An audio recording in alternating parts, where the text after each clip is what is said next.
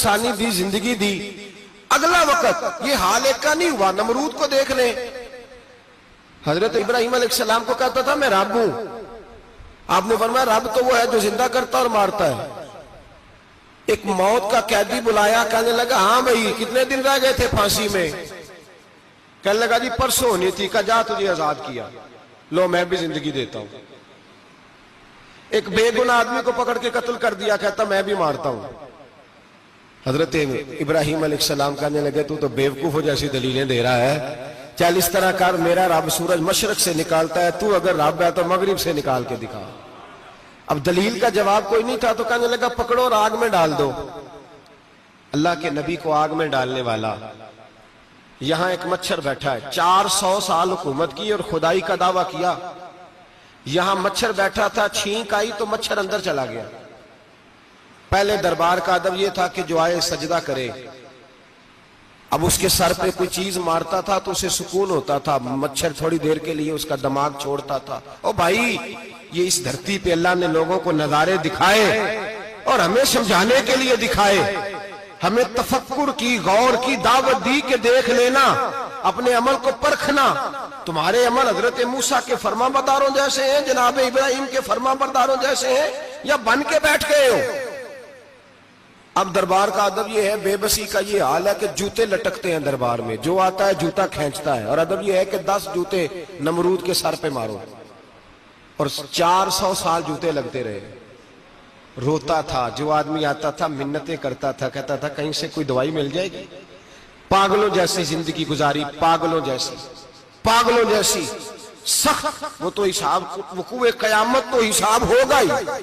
यहां लोग पागल होके मरते हैं, माज़अल्लाह, नफ्सियाती मरीज होके मरते हैं।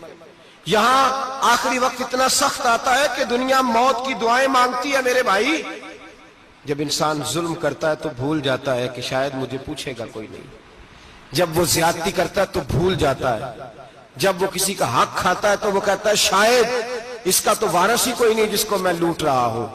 लेकिन जब अल्लाह की पकड़ आती है, हज्जाज बिन यूसुफ जालिम था, उसने अच्छे अच्छे काम भी किए थे। कुरान पाक पर जेरे ज़बरे आराब हज्जाज बिन यूसुफ ने लगवाया। मोहम्मद बिन कासिम को हिंदुस्तान सिंध के इलाके फतह करने भी हज्जाज बिन यूसुफ ने भेजा था। सारी खूबियां अपनी जगह पर, जालिम बहुत बड़ा था। किसी आदमी ने उसके सामने कोने की तरफ मुंह करके साथ वाले से बात कर ली तो कहने लगा मेरे खिलाफ किया, इसको ले जाओ, 2 टुकड़े करके वापस ले आओ। तूती बोलता है ना इक्तदार। जब किसी के हाथ इक्तदार होता है ना, वो चाहे एक घर का ही क्यों ना हो, वो 10 बंदे फैक्ट्री में काम करते हो और जो उनका मालिक होता है वो कहता मैं मालिक हूं, मुझे मानो। जब तू साहिब इक्तदार होता है ना, जब तू सुसर बन के बैठता है और किसी गरीब घर की बहू आती है 2-4, तो कहता मेरा इक्तदार होना चाहिए। जब मैं खांसने लगूं तो हर आदमी के हाथ में टिश्यू पेपर होना चाहिए। जब मैं बोलने लगूं तो बंधे हुए हाथों से हर आदमी जी जी करता हुआ खड़ा होना चाहिए। जिस आदमी का, और ये काम बहू भी करती है कई दफा, वो भी कहती है कि तुम्हें पता नहीं मैं कितना लंबा चौड़ा जहेज लेके आई हूं। जब मैं सोने के लिए अपने बेडरूम में जाऊं तो खबरदार बूढ़े बाबे को इजाजत नहीं कि वो खांसे।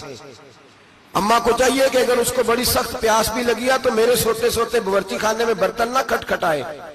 जो जहां भी जिस स्टेज पे भी बैठता है वो कहता है कोई नहीं मुझे पूछने वाला, मैं मुतले को लेनान हूं। जवान बूढ़ों का मजाक उड़ाते हैं, समझते हैं शायद कभी बूढ़े ही नहीं होना, मजाक उड़ाते हैं।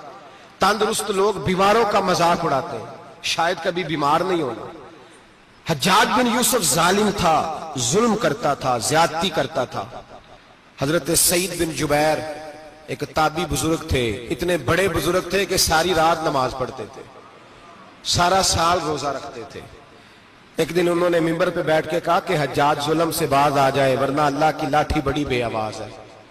अल्लाह की लाठी, इसका क्या मतलब होता है?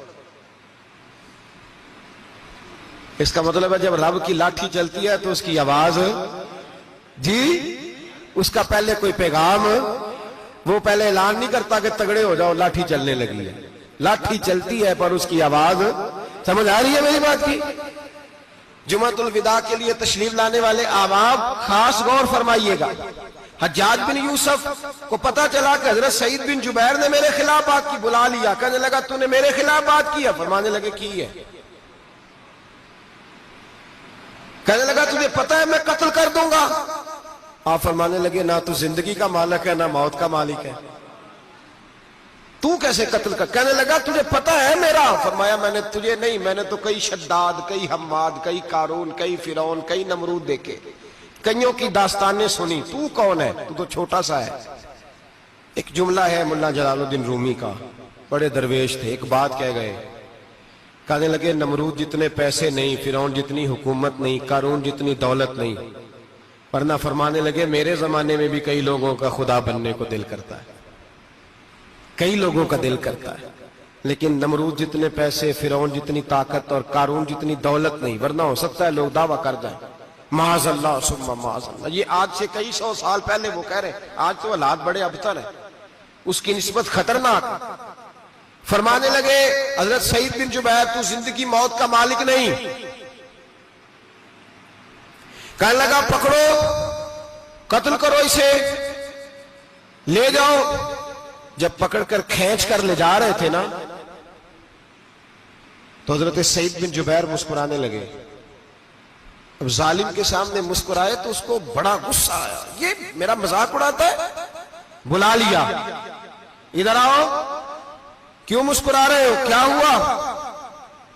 तो हजरत सईद बिन जुबैर कहने लगे मैं मुस्कुरा रहा हूं तेरी बेवकूफी पर और अपने अल्लाह की दी हुई ढील पर। मैं मुस्कुरा रहा हूं कि या अल्लाह क्या बात है, क्या तेरा शान है, कैसे लोगों को ढील दी हुई है। मैं मुस्कुरा रहा हूं तेरी बेवकूफी पर कि तू समझता है शायद मुझे पूछने वाला कोई नहीं। कहने लगा इसको बाहर ना ले जाओ, मेरे सामने कत्ल करो। ठीक है जी, कत्ल करने लगे तो हजरत सईद बिन जुबैर ने मुंह काबे की जानिब कर लिया। इन्नी वज्जहतु वजही लिल्लज़ी फ़तरस समावाति वल अर्द हनीफ़न वमा अना मिनल मुशरिकीन।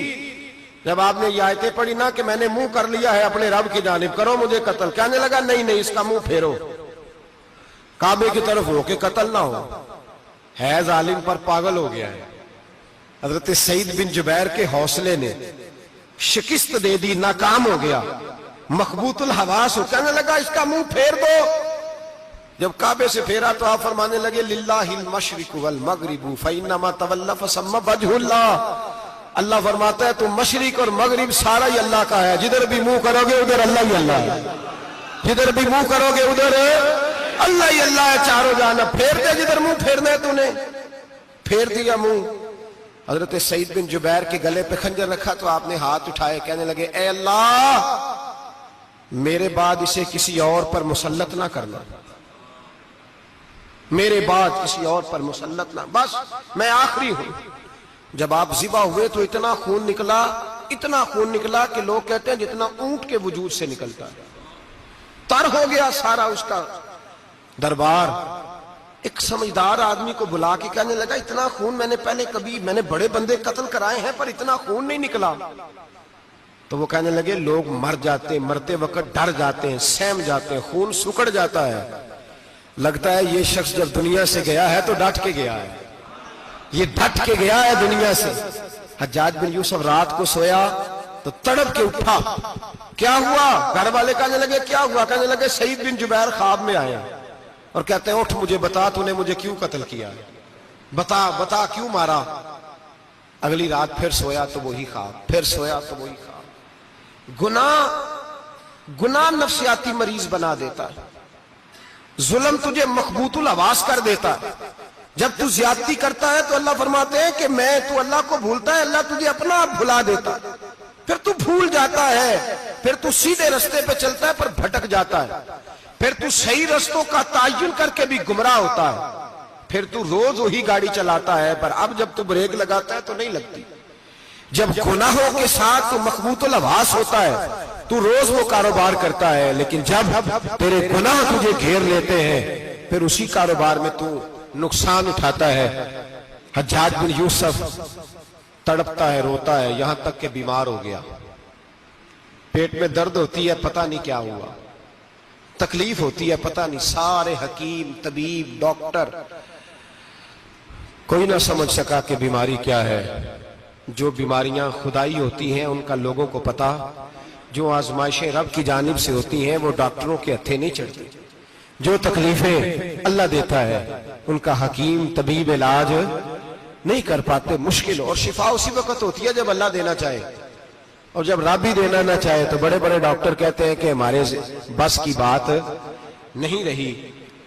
बगदाद से हकीम आए, पेट देखा, कहने लगे ना तेरे मैदे में कोई दिक्कत है, ना तेरे जिगर में, ना किसी और जगह, माजरा क्या है? एक आखिरी इलाज है, आखिरी। वो क्या? गोश्त का छोटा सा टुकड़ा धागे के साथ बांध के मुंह में डाला और फिर एक बारीक सा तिनका लेके उसको अंदर डालने लगे गले में। वो गोश्त का टुकड़ा जब हलक के अंदर उतर गया, उस हकीम ने वापस खींचा तो कैसे ऐसी बदबू आई जैसी कभी सूंघी न थी। जानवर, कीड़े मकोड़े लगे हुए बाहर निकले, और जब देखा तो जितने महल में लोग बैठे थे चिल्लाते हुए निकल गए कि ये क्या मुसीबतें हैं। हकीम भी उठ के दौड़ने लगा। कहा तुझे क्या हुआ? कहने लगे हज्जाज तेरी बीमारी जमीनी नहीं, तेरी मुसीबत जमीनी नहीं। कहा मेरी मर्ज तक तुम क्यों नहीं पहुंच पा रहे? तो कहने लगे लगता है तू बद्दुआ का मरीज है, लगता है तू जुल्म का मरीज है, तू जबर का मरीज है। तड़पता रहा, सिसकता रहा। एक वक्त वो भी आया कि घर वालों ने कमरे में बंद करके ताला लगा दिया, दीवार से टक्करे मारता। ओ भाई, जो गुनाहों के बीमार होते हैं उन्हें शिफा नहीं होती, जो जुल्म जबर बर्बरियत के बीमार होते हैं उन्हें सुकून कल्बी मुयस्सर नहीं आता। दवाइयां उन बीमारियों की बनी हुई हैं जो बीमारियां जमीनी हैं, जो बीमारियां खुराक की बदपरहेजी से होती हैं, जो गुनाहों की बदपरहेजी से होती है, उनकी बीमारियां, उनकी शिफा तौबा है, उनकी शिफा रुजू इल्लाह है। उनकी तौबा अल्लाह से माफी मांगने से शिफा होती है। हज्जाज जब मरने लगा तो बुलाया, ये रंग भी जरा मुलाजा कीजिएगा, दो चार करीबियों को बुलाया। पता होता है ना अपने कुर्तूतों का आदमी को, पता सारा है सरदार मुकीतियां का, पता होता है सारा। बुला के कहने लगा जब मैं मर जाऊं तो मुझे रात को दफन करना।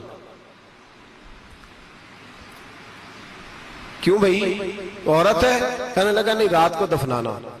ठीक है, रात को दफना देंगे। फिर कहने लगा जब सुबह हो जाए तो सुबह होने से पहले पहले मेरी कब्र जमीन के बराबर कर देना, निशान मिटा देना।